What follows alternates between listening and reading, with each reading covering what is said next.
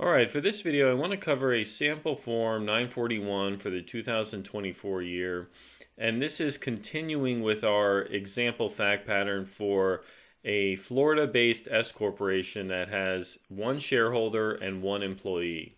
So we have an S corporation payroll set up. We've already covered quarters 1, 2, and 3.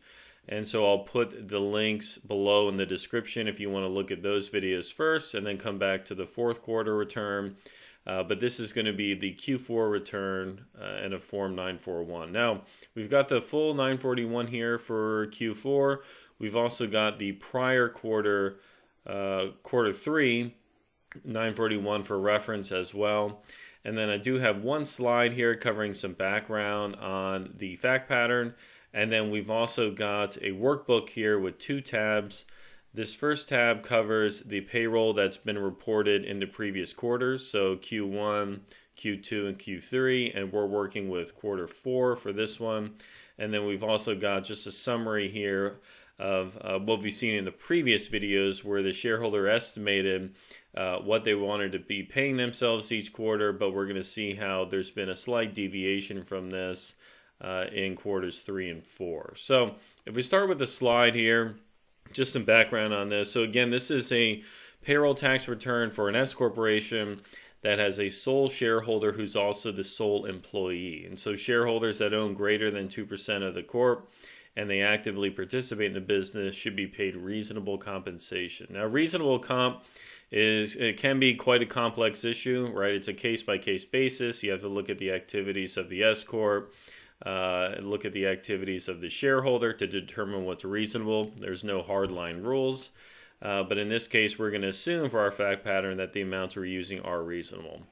Now with shareholders that own more than 2% of the company and they're on the payroll, if the company is paying for their health insurance premiums, the premium amounts should be included in the shareholder wages during the year. Now, the premiums are not subject to Social Security or Medicare taxes, but they are factored into when we look at how much federal income tax withholding should be applied to their payments. And now, ultimately, the shareholders aren't going to really be taxed on this income because they're going to be able to claim the self-employed health insurance deduction when they prepare their personal tax return for 1040. Now, we're not going to cover this issue on this video, but I do have some other videos covering S corp shareholders claiming the self-employed health insurance deduction. So I'll have those video links below in the description, so you can go check those out as well. Now let's have a look at the fact pattern here. So our fact pattern, again, this is a continuation of the previous 3 videos.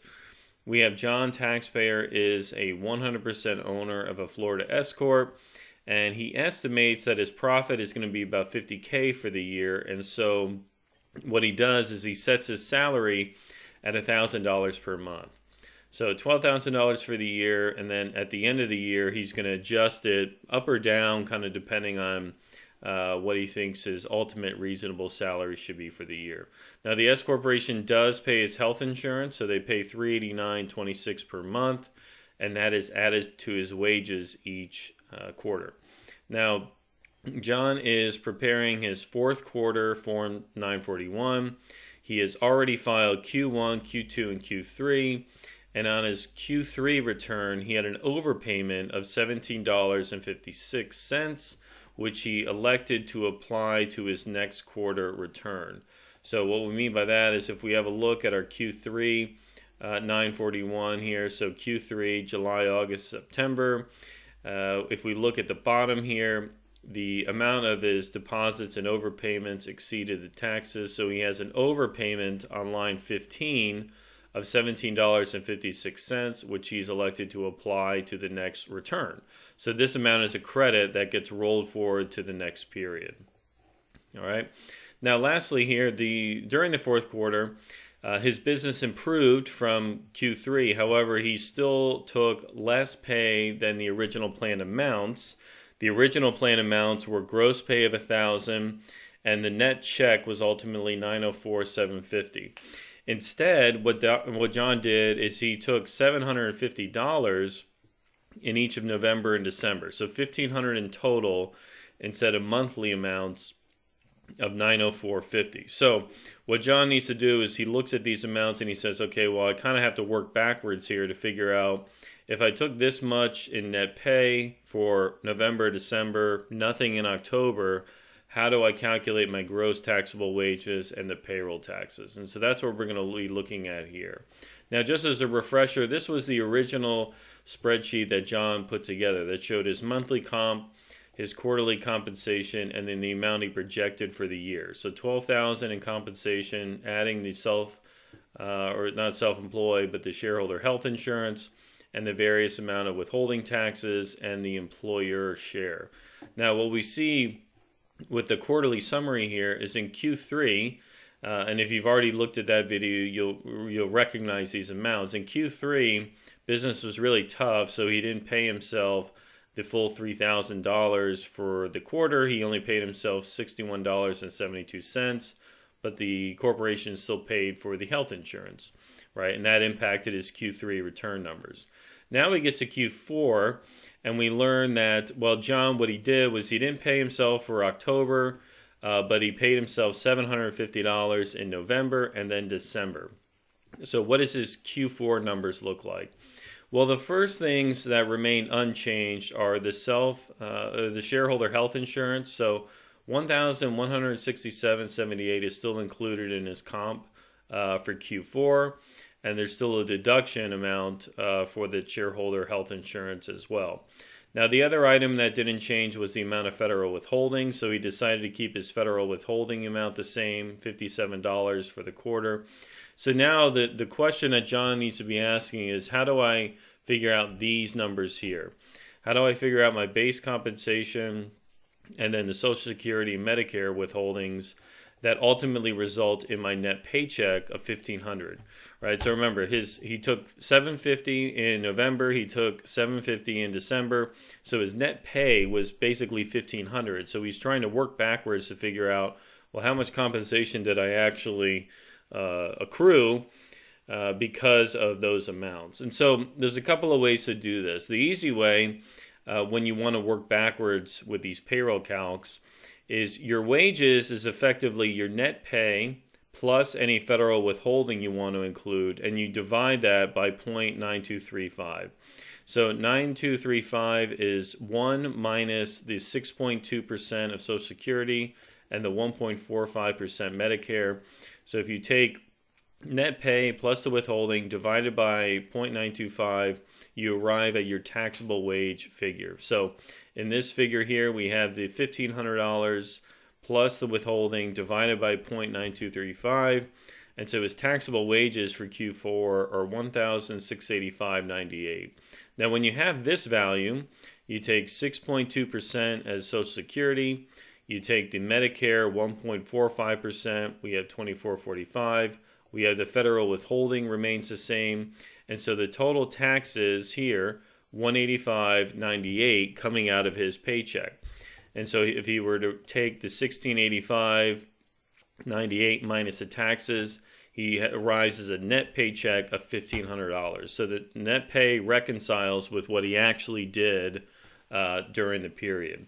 So now that we have these numbers finalized, we can report as Q4 the $1,685.98 as the base comp, the inclusion of the shareholder health insurance, right, which remained unchanged, right? Those premiums were fixed. The Social Security taxes and Medicare taxes, which are assessed only on this compensation. Shareholder health insurance, remember, it's included in your income, but it's not subject to FICA. So we have the Social Security, the Medicare, and then the federal income taxes withheld. So we've got his total payroll tax deductions here, plus the federal withholding, his other deductions from the S Corporation health insurance premiums. And so his net paycheck for Q4 was $1,500, which was $750 in November, $750 in December, and then no payments in October. All right, so once those employee items are settled, then we look at the total amount of taxes from employee and employer portion. So the employee portions from above, $104.53, $24.45, and then we have the employer match, right? So the employers match those amounts. it's the same 6.2%, 1.45%, and then the federal income tax withholding from above $57. So his Q4 numbers show gross wages of the $28.53. His wages subject to Social Security and Medicare are going to be the $16.85. And he has total taxes that need to be reported on the 941 and paid of $314.95. All right, so now that we've summarized all those relevant amounts, we have a look at the Q4 return. So we've got box 4 checked for Q4, company EIN, company name, and address. In part 1, line 1, the number of employees that receive wages, we still have just one employee. And then in box 2, wages, tips, and other compensation, we have the full amount of that base compensation plus the inclusion of his health insurance. So that Q4 amount is $2,853.76. So we have $2,853.76. The total federal income tax withheld is the $57. So same amount as the previous quarters. And then on lines 5A through 5E, we have the taxable Social Security and taxable Medicare. So the taxable Social Security and Medicare are the base comp that doesn't include the shareholder health insurance, right? So we've got $1685.98 for both. We multiply by the relevant percentage, and so we have Social Security taxes of $209.06, and then Medicare wage taxes of $48.89. Add those two together, and we're left with $257.95 plus the $57 of federal withholding, leaves us with total taxes before any adjustments of $314.95. Now, we don't have any other adjustments for fractions of cents or sick pay or group life policies. So the total taxes after all adjustments and non-refundable credits remains at $314.95. Now, the line 13 amount, we didn't make any deposits during the quarter, but we do have a carryover of that $17.56. So that's being carried forward from the prior quarter. So we get a credit amount for that. And so if we subtract $314.95, subtract the $17.56 from $314.95, we're left with a balance due of $297.39. So once we have the total amount of tax due, we can report that on the payment voucher and then complete the rest of the return. So in part 2, our line 12 taxes is less than $2,500, and we don't have this next day deposit obligation. So we check the first box. Line 12 is less than $2,500, so we're not a monthly scheduled depositor. We're not a semi-weekly depositor. In part 3, doesn't apply to us because we haven't closed the business and stopped paying wages, and we're not a seasonal employer. Now, part 4, we've entered John's information again as that third-party designee. Not necessarily required here because John is the owner and CEO. He can speak with the IRS anyway, but just to make it clear, he's inputted himself again as the third-party designee or that person to discuss the information with the IRS.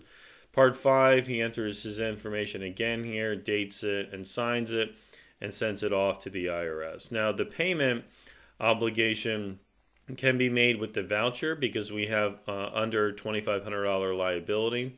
So we've got the fourth quarter, the amount of payment that should be made to the U.S. Treasury. But in this case, John has been making payments through the EFTPS system, so he could make this payment through EFTPS and settle the balance due.